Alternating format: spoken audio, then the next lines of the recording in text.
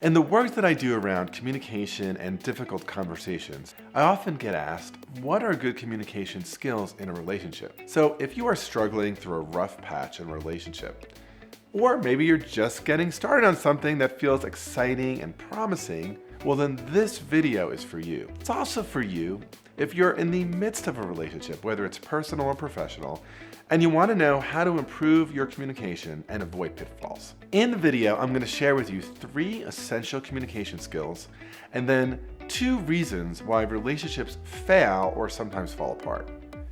I'm going to also share with you a relationship lesson from a famous short story by OHenry called The Gift of the Magi, which I suspect many of you remember reading in our childhood. I hope you've read that because I kind of thought most of us did. But anyway, if not, you should read it.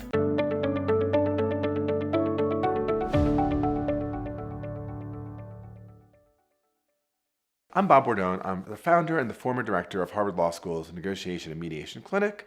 And for the last 2 decades, I've been working with individuals, organizations, and teams, helping them improve their communication skills in relationships. So the first essential communication skill for good relationships is good active listening. Consider for a moment the relationship in your life where you feel most seen, most loved, affirmed, and cared for. When you think about that relationship, what is the other person doing that makes you feel that way? If you're like most people, that person, the communication skill they're using to make you feel seen and loved and affirmed is active listening. When you speak about what excites you and what worries you and what motivates you and what matters to you, and then that person demonstrates an understanding of that back to you, that is active listening in action. When they are able to take your garbled thoughts, your incoherent mutterings, and make sense of them, that's active listening. When they feel your emotions and reflect those feelings back to you accurately, that's active listening. So I know it might seem a little nerdy and maybe a little crazy, but honestly, active listening is this incredibly romantic skill because it's the skill that creates connection and caring and curiosity and understanding. And in relationships, right, that's pretty sexy. And so for this reason, it's the most important skill in any meaningful or important relationship. Now, the second important skill is conflict handling. So any relationship that's real has a lot of active listening. Any relationship that's real also has a lot of conflict. And so this essential skill set in a good relationship, the skill set of managing and resolving conflicts well, is critically important. Effective conflict handling neither avoids differences, but nor does it amplify them or catastrophize them. Being adept at handling conflict means that we can name the ways in which we see eye to eye with each other, and also the ways in which, frankly, we don't. And with respect to the latter, it means that we can discern which conflicts ought to be addressed, and, frankly, not all of them do. If I'm a big fan of Broadway musicals, but my boyfriend isn't, frankly, this is probably not a fight we need to hash out and resolve. If we're in New York and I want to see Hadestown and he wants to go to the New York Philharmonic, it's probably easiest if we just agree that on one of the nights we're in town, we'll do our own thing, no big deal. At the same time, for differences that matter, good relationships require that the parties have skills for handling those disputes. So this means developing conflict resilience, the ability to lean into discomfort and to be constructive about conflict. It also means separating the people from the problem. So I can be assertive about the things that matter to me and how I see it differently from you without being tough on you, without being mean to you as a person. In relationships, it's not about whether we fight or disagree that matters, but it's how we do the fighting or the disagreeing. So being able to disagree without being disagreeable is important. Being able to stand one's ground, but also appreciate the views of the other is important. These are essential communication skills in strong relationships. The last essential communication skill for good relationships is being able to express one's own needs effectively. Another way of saying this is it's kind of the importance of active listening. We need to listen well, but we also need to be effectively assertive. So unless you happen to be in a relationship with a mind reader, the most effective way that someone you're in a relationship with is going to know what is important to you is if you let them know. In many of the failed relationships that I mediate, one of the biggest problems is that one or both of the parties has never really expressed their needs to the other person. They're disappointed or hurt or upset that the other person didn't just magically know or divine what was important to them. So sometimes I'm working with someone who'll say to me, yeah, but I totally revealed what I needed. And then I'll say like, okay, so say a little bit more. What did you actually say or do?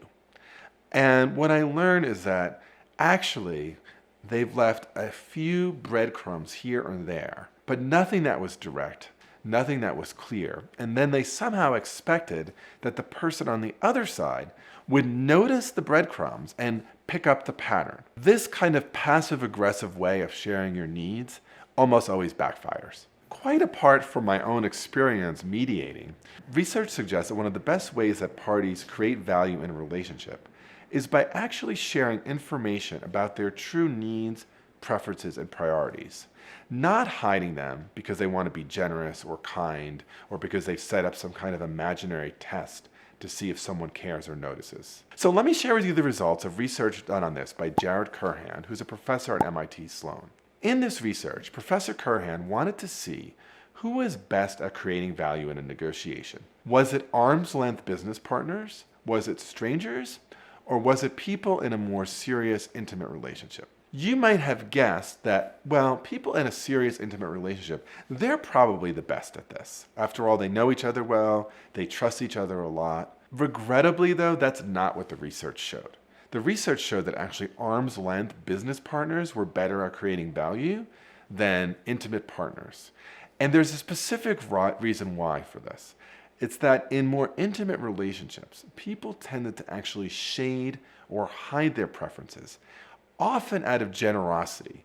They felt like it would be better to have the other person have their preferences, and so they didn't share what was important to them. But we know in negotiation that if both sides are not sharing what's important to them, we tend not to land on results that are fully optimal. This dynamic has been called the OHenry Effect. And the reason why is that it relates to this story, which I hope some of you have read, this kind of famous short story called The Gift of the Magi. So if you haven't read it, I'm going to give away the punchline here, although it's still worth reading. For those of you who have read it, here's a reminder. So in this story, it's about a young couple. They're newly married. They are relatively low in material possessions, but they each want to get the other a generous gift for Christmas. And so the man in this relationship has really nothing of material wealth except a really, really valuable pocket watch that his grandfather left him. And so his wife has gorgeous, long, flowing hair. And he decides that he's going to sell the pocket watch in order to buy really expensive combs for his wife to be able to groom her hair. The wife doesn't have much in the way of material wealth, but she has, as I said, this really beautiful hair. And she wants to get something really special for her husband for Christmas. And so she has her hair cut and sells the hair in order to buy him a wonderful chain to accompany his pocket watch. And of course, at Christmas, what they're left with is really nice combs, but no beautiful hair, and a chain, but no pocket watch. All of the value in this was lost. And this is why Jared Curhan calls this dynamic of intimate relationships losing value the OHenry Effect. So now let me share with you the two communication snafus that tend to cause relationships to fail. First is excessive use of negative language. So in the 1970s, Dr. John Gottman and Robert Levinson began a longitudinal study of happiness in romantic partnerships. They asked couples to resolve a conflict in the relationship in 15 minutes, and then they went back and actually analyzed the transcripts. So within a short amount of time, Gottman and Levinson were able to predict with 90% accuracy which couples would stay together. And the prediction was linked to a very specific thing, which was the ratio of positive to negative interactions or comments expressed by the couple within the context of resolving that conflict. And what they learned was that the magic ratio was 5 positive comments to 1 negative comment. That is that when there was a sufficient number of positive comments to negative, the couple would stay together. But if the positive to negative ratio was lower, the relationship was likely to fail. To build a strong relationship, avoid excessive use of negative language. The second snafu to avoid is what I call the intention-impact mismatch. So when I mediate conflicts, this one always makes me really sad. In the 1990s, Gary Chapman wrote an iconic book called The Love Languages. In his work, he suggested that all of us need to be appreciated. All of us need to feel loved. And that, of course, is consistent with work on conflict and negotiation. However, he also shared that in the context of relationships, the way we feel loved and appreciate varies for each of us. And he suggested that often the way we express love is also the way we want to receive it. And that happens along 5 different dimensions. They are words of affirmation, spending quality time, receiving gifts, acts of service, and physical touch. The intention-impact mismatch is when someone in a relationship is trying to communicate in a language meaningful to them.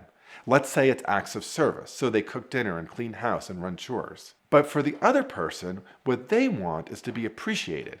Maybe they want acknowledgement for the weight they've lost, or the progress they've made on the blanket they're crocheting. Their language is words of affirmation. And so now we have this intentions-impact mismatch, and this can be poison for your relationship. So the antidote, of course, is being able to express your own needs well. Because if we could express what our own love language is, it increases the likelihood that the other can meet them. So, to succeed in a relationship, remember these skills. Listen actively, handle conflict directly, being tough on the problem and soft on the person, and express your needs with confidence and assertion. To avoid relationship failure, ensure that your positive to negative language stays at the ratio of 5-to-1, and avoid the intentions-impact mismatch. To learn more about developing strong communication skills for relationships, take a look at my next video, What are the Qualities of a Good Mediator? I'm Bob Bordone. Thanks for watching. Okay, here are the good qualities of a mediator that you don't want to miss.